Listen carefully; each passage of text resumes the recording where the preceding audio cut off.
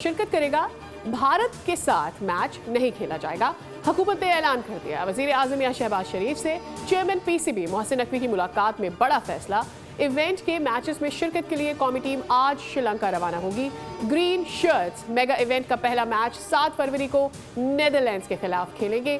पाकिस्तान का भारत से मैच 15 फरवरी को शेड्यूल्ड है।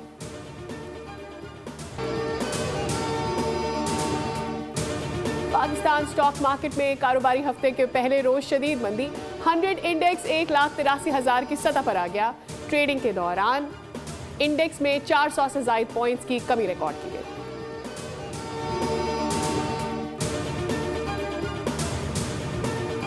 आयतुल्लाह ख़ामनेई की इलाकाई जंग की धमकी के बाद ट्रंप ईरान से मुआहदे के लिए पुरुमीद।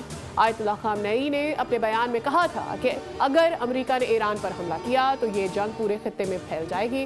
ट्रंप मुसलसल कहते हैं कि वो जहाज ले आए हैं। ईरानी कौम इन बातों से नहीं डरेगी और ना ही ईरानी अवाम इन धमकियों से मरूब होंगे। अमेरिकी सदर का कहना है कि वो अब भी ईरान के साथ किसी डील के ख्वाह हैं, लेकिन अगर मुज़ाकरात नाकाम हुए तो फिर ये देखा जाएगा कि आया ख़ामनेई की बात दुरुस्त साबित हुई या नहीं।